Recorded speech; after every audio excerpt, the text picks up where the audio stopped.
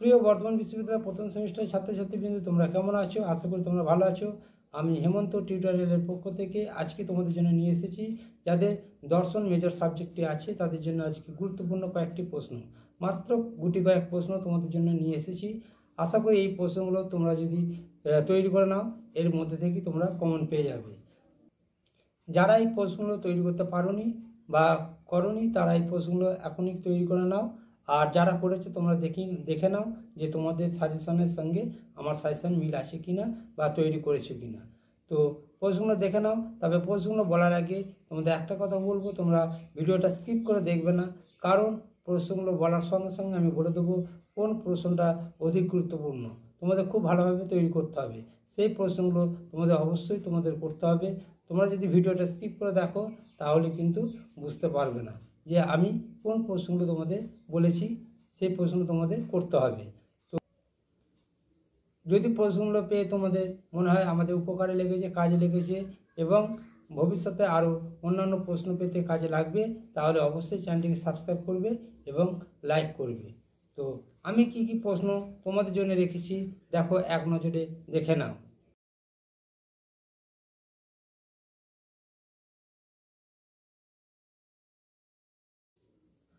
দেখো, দর্শনের দুটি পার্ট আছে, ভারতীয় দর্শন ও পাশ্চাত্য দর্শন। দুটি থেকেই আমি প্রশ্ন রেখেছি।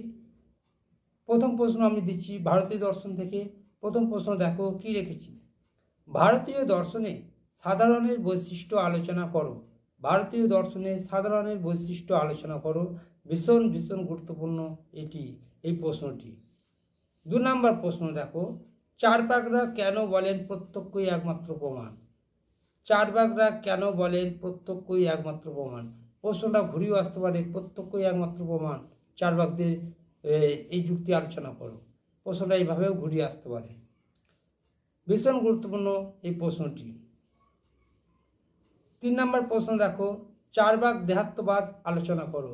চার্বাক দেহাত্মবাদ আলোচনা করো। ভীষণ ভীষণ গুরুত্বপূর্ণ প্রশ্ন। অর্থাৎ 3টে প্রশ্নই কিন্তু ভীষণ গুরুত্বপূর্ণ প্রশ্ন, তোমাদের খুব যত্ন সহকারে করতে হবে। 4 নম্বর প্রশ্ন দেখো, জৈন অনেকান্তবাদ ব্যাখ্যা করো।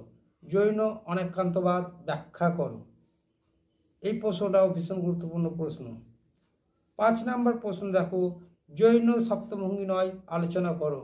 জৈন সপ্তভঙ্গি নয় আলোচনা করো। 6 নম্বর প্রশ্ন দেখো, অষ্টাঙ্গিক মার্গ সম্পর্কে টিকা লেখো বা অষ্টাঙ্গিক মার্গ সম্পর্কে যা জানো লেখো। এই প্রশ্নটাও গুরুত্বপূর্ণ প্রশ্ন। অর্থাৎ প্রত্যেকটা প্রশ্নই খুব গুরুত্বপূর্ণ প্রশ্ন। এইখান থেকে এই প্রশ্নগুলো বাদ দেওয়াই যাবে না। যদি প্রশ্নগুলো তোমরা বাদ দিয়ে দাও তোমরা কিন্তু অসুবিধায় পড়ে যাবে। তো 7 নম্বর প্রশ্নে আসি, ক্ষণিকবাদের পক্ষে বৌদ্ধদের যুক্তিগুলি আলোচনা করো। ক্ষণিকবাদের পক্ষে বৌদ্ধদের যুক্তিগুলি আলোচনা করো। তোমাদের এই ভারতীয় দর্শন থেকে মাত্র 7টি প্রশ্ন আমি তোমাদের জন্য রেখেছি। এই 7টির মধ্যে 6টি প্রশ্ন বলেছি খুব ভালোভাবে করতে হবে। সেই 6টি প্রশ্ন তোমরা খুব ভালোভাবে করে যেও। এর মধ্যে 5 আর 10 মিলিয়ে আছে। এবার আসি পাশ্চাত্য দর্শন। পাশ্চাত্য দর্শন থেকে আমি তোমাদের জন্য প্রথম প্রশ্ন রেখেছি, অ্যারিস্টটলের কার্যকারণ তত্ত্বটি আলোচনা করো। ভীষণ ভীষণ গুরুত্বপূর্ণ প্রশ্ন। অ্যারিস্টটলের কার্যকারণ তত্ত্বটি আলোচনা করো। 2 নম্বর প্রশ্ন রেখেছি, হেরাক্লিটাসের কেন অগ্নিকে জগতের মূল উপাদান বলেছে। হেরাক্লিটাস কেন অগ্নিকে জগতের মূল উপাদান বলেছেন।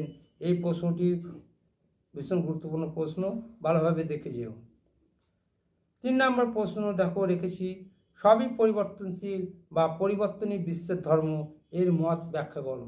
সবই পরিবর্তনশীল বা পরিবর্তনী বিশ্বের ধর্ম এর মত ব্যাখ্যা করো। 4 নম্বর প্রশ্ন রেখেছি দেখো, এই 3 নম্বর প্রশ্নটাও ভীষণ গুরুত্বপূর্ণ প্রশ্ন, ভালোভাবে করে যেও। 4 নম্বর প্রশ্ন রেখেছি দেখো, প্লেটোর মতে ইন্দ্রিয় প্রত্যক্ষ জ্ঞান আর নয় কেন আলোচনা করো।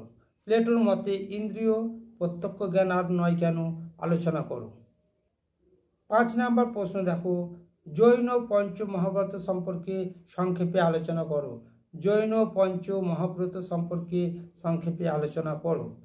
6 নম্বর প্রশ্ন দেখো, থেলসের দর্শনের গুরুত্ব কি তা আলোচনা করো।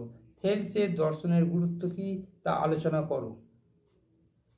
7 নম্বর প্রশ্ন দেখো, জেনোর বহুত্বের এবং গতির বিরুদ্ধে যুক্তিটি আলোচনা করো। জেনোর বহুত্বের এবং গতির বিরুদ্ধে যুক্তিটি আলোচনা করো। ভীষণ ভীষণ গুরুত্বপূর্ণ প্রশ্ন। 8 নম্বর প্রশ্ন দেখো, হেরাক্লিটাসের সত্তা বা অসত্তা ধারণাটি ব্যাখ্যা করো। হেরাক্লিটাসের সত্তা বা অসত্তা ধারণাটি ব্যাখ্যা করো। এই মাত্র 8টি প্রশ্ন তোমাদের পাশ্চাত্য দর্শন থেকে আমি রাখলাম। এই প্রশ্নগুলো তোমরা করে যেও, আশা করি এর মধ্যেই তোমরা কমন পেয়ে যাবে। তবে এর মধ্যে তোমাদের বলে দিচ্ছি আমি যে পাশ্চাত্য দর্শন থেকে 1-এর, 2-এর, 3-এর, 4-এর, 7-এর, 8-এর এই প্রশ্নগুলো এই কটি খুব ভালোভাবে তৈরি করে যেও। যারা প্রশ্ন টুকুনি তা তোমরা টুকে না হলে বুঝতে পারবে না কোন নাম্বারগুলো বললাম। তো এই হচ্ছে তোমাদের দর্শনের মেজর সাবজেক্টের সাজেশন। এরপর আমি নিয়ে আসবো যাদের দর্শনে মাইনর আছে তাদের জন্য তো নিয়ে আসবোই। তো এরপর আমি নিয়ে আসবো তো আরও অন্যান্য বিষয় সাজেশন। তোমরা অন্যান্য বিষয় সাজেশন পেতে চ্যানেলটিকে সাবস্ক্রাইব করবে আর অবশ্যই লাইক করবে, কমেন্ট করবে। তোমরা ভালো থেকো, সুস্থ থেকো এবং ভালোভাবে পরীক্ষার জন্য প্রিপারেশন নাও। ধন্যবাদ।